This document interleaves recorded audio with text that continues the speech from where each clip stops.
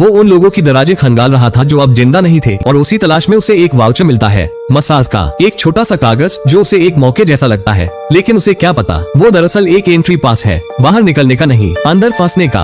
वो बिना सोचे उस जगह पहुंचता है। कमरे में दाखिल होते ही मोमबत्ती जलाई जाती है। माहौल शांत है, लेकिन वो शांति वैसी नहीं जो सुकून दे, बल्कि वैसी जो कुछ छुपा रही हो। वो लेटता है उम्मीद में कि अब सब ठीक होगा, लेकिन जैसे ही आंखें खोलता है सामने वो चेहरा नहीं होता जिसकी उसने कल्पना की थी। एक बूढ़ी औरत जिसकी आवाज में अजीब सख्ती थी और उसके हाथों में कोई नरमी नहीं थी। वो बिना रुके उसके शरीर पर ऐसे वार करती है जैसे हर नस को जगह देना चाहती हो। दर्द धीरे धीरे राहत में बदलने लगता है, और यही वो पल होता है जहाँ इंसान गलती करता है। उसे लगता है अब सब कंट्रोल में है, लेकिन असली सेटअप अब शुरू होता है। वो सुइयों का डिब्बा निकालती है, शराब की बोतल खोलती है, और कुछ ही मिनटों में इसी का पूरा शरीर सुइयों से भर जाता है। उसे कहा जाता है आंखें बंद करके लेटे रहो, असर खुद महसूस होगा। और वो मान जाता है, क्योंकि अब तक उसे शक नहीं, यकीन हो चुका होता है कि सब ठीक है। लेकिन तभी हवा बदलती है, एक ठंडी लहर कमरे से गुजरती है, जैसे कोई अदृश्य दरवाजा खुल गया हो। और उसी पल एक जलती हुई अगरबत्ती गिरती है सीधे उस तौलिए पर जो शराब में भीगा हुआ था। पहले धुआं उठता है, फिर आग, और इसे अब भी बंधा हुआ है, सुइयों में जकड़ा हुआ। उसका शरीर उसका साथ नहीं दे रहा। वो चिल्लाता है, लेकिन आवाज दीवारों में फंस जाती है। तभी बेड का स्क्रू ढीला पड़ता है और नीचे गिरती हुई हर चीज आग को उसके और करीब ला रही होती है।